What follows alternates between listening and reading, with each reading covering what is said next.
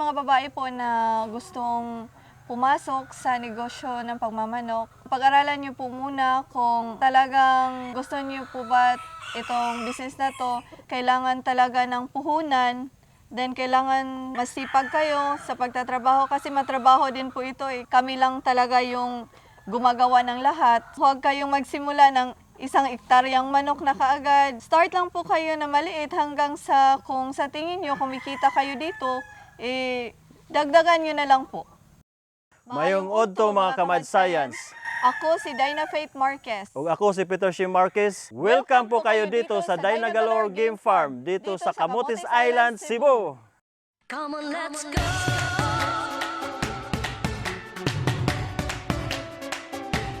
Come on, let's go! 4, 3, 2, go! Dali na atong suruyon ang maanindot nga talan-awon hapsay og limpyo nga lugar buutan pagyud ang katawhan kung gusto kang mag-relax dali na mga duta. Come on, let's go!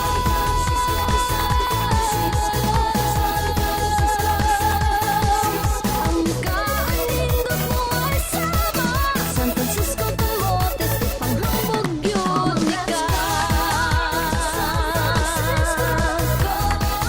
Paraiso mo ay sama San Francisco, paraiso ka.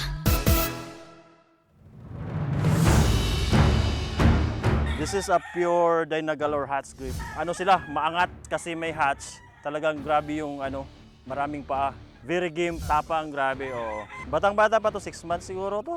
Pero yung tail niya grabe, parang 5 years old. Ito din po ay Gilmore na din po siya. Bali pile yung balhibo niya. Dalawang kulay yung piles namin dito. Merong light, parang ganito. Din yung isa talagang pula. So bali yung unang na-breed talaga namin dito ay Gilmore. Original po ay galing kay the late Boy Marzo. Siguro dahil sa maganda yung pinapakita ng mga Gilmore, hindi na po kami humahanap ng iba pang bloodlines. Kaya nag-focus na lang po talaga kami sa Gilmore. Ito po yung Gilmore hats na pula. Yung original po na Gilmore namin ay talagang medyo darker siguro ng konti. So bali yung mga off colors namin, Gilmore na yung blood nila. Same blood sila but different colors lang po. Ito po ay Zanino White. Mga 3 years pa lang tong bloodline dito sa amin. Maganda yung score ng mga customers namin, kaya pinaparami namin to sa ngayon. Kinocross namin sa Gilmore at naglalabas ng mga sinibalang. Mahilig po ako sa puti kasi maganda po sila tingnan, lalo na po pag bagong ligo, bagong paligo. Ito naman po ay bulik. Actually, ito yung mga dinidevelop namin sa ngayon. Siguro from 3 to 4 years from now, may mga bulik na rin kaming maipapalabas na mga dark ligid. Hinahaluan po namin sila ng Gilmore din po. Yung gusto naming fighting style na kalalabasan nila ay may angat at saka maraming paa. Sa sisiw pa lang po, pinipili na po talaga namin yung itutuloy. Yung sa tingin namin ay alanganin na po, talagang kinakal na lang po namin. But siyempre yung mga customers natin gusto talaga nila ng Class A, di ba? Yung usapan namin, hindi kami maglalabas ng mga sisiw kasi hindi natin alam paglaki niyan, baka Class C yan, Class B yan. Yung ginagawa talaga namin, saka na lang po kami magre-release kapag nakita na namin yung spar, yung talaga, yung matured na talaga.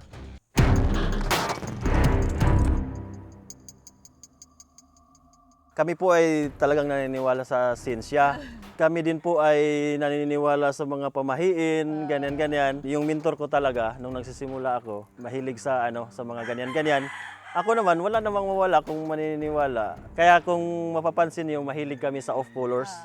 Kasi kami din po ay naniniwala sa mga lunar calendar, ganyan-ganyan. Advice ko lang sa mga nanonood, kukondisyonin po natin yung mga manok natin. Hindi lang ano talaga sa lunar calendar. Kami po, 24 days po kami. Unang-una, bacterial flushing, yung purga, then pinapaliguan po natin. Then, tinuturukan po namin ng depende kapag CAX yung kinokondisyon namin, 0.3 cc po yung gold medallion at 0.2 cc lang yung bully boy. So 0.5 cc po lahat. Every week po kaming nagtuturok. Sa multivitamins naman, yung ginagamit namin yung Alpha 1. Isang subuan lang, nandoon na lahat. Less stress yun sa mga manok. Mas maganda kung mas less yung stress. Nagustuhan ko yung bagong PowerPoint Cobra na gel. Effectivity niya is 30 minutes to 1 hour. Tamang-tama lang po siya sa mga hack fight, Especially sa derbies especially sa derby. Nagustuhan ko din po yung PowerPoint Cobra kasi ang ganda po ng score namin that time.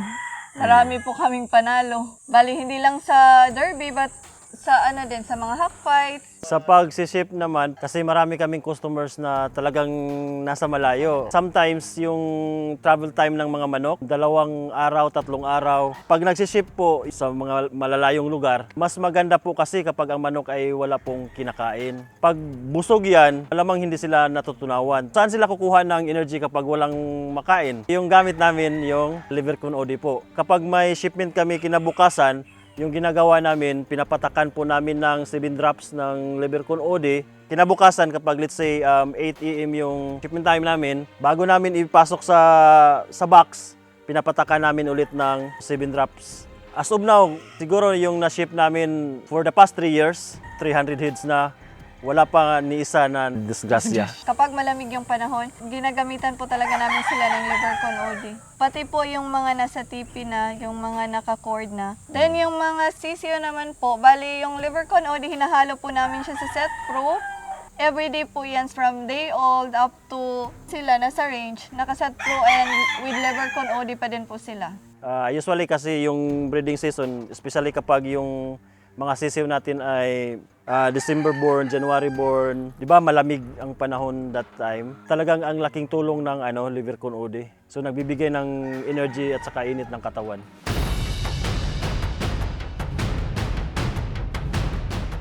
Yung babae kasi, grabe yung attention nila into details. Makikita niyo naman yung kalinisan. So kapag may roles ka, talagang susundin natin to. Sa financial aspect naman po, may mga budget na nakalaan dito, nakalaan doon. Kapag kami po ay sasali sa derby, nung kasama na namin siya, we'll arrange lahat. May dala-dala siyang listahan. May checklist siya, like pati yung baon, may mga luto na siya na nakahanda. So yun yung kagandahan ng babae. Salamat po pala sa mga tumatangkilik ng aming mga manok from all over the Philippines. Super thankful po kami sa inyo. Suportahan po ninyo ang Mad Science Philippines. Ito po'y galing sa puso ko. Kami po ay talagang loyal Mad Science user since 2018-2019. Ang gagaling po ng mga gamot nila, mga vitamins, lahat. Alam ko po kapag nagamit niyo po yung mga gamot nila, babalik-balikan niyo po. Sa mga kaibigan ko po na mga mahilig sa manok, sana suportaan niyo po kami yung Dynagalore Game Farm at suportaan niyo po yung Mad Science Philippines. Maganda po yung mga products ng Mad Science. Muli, ako po si Dyna Faith Marquez. At ako naman po si Peter C. Marquez ng Dynagalore Game Farm. Believe ako sa Mad Science.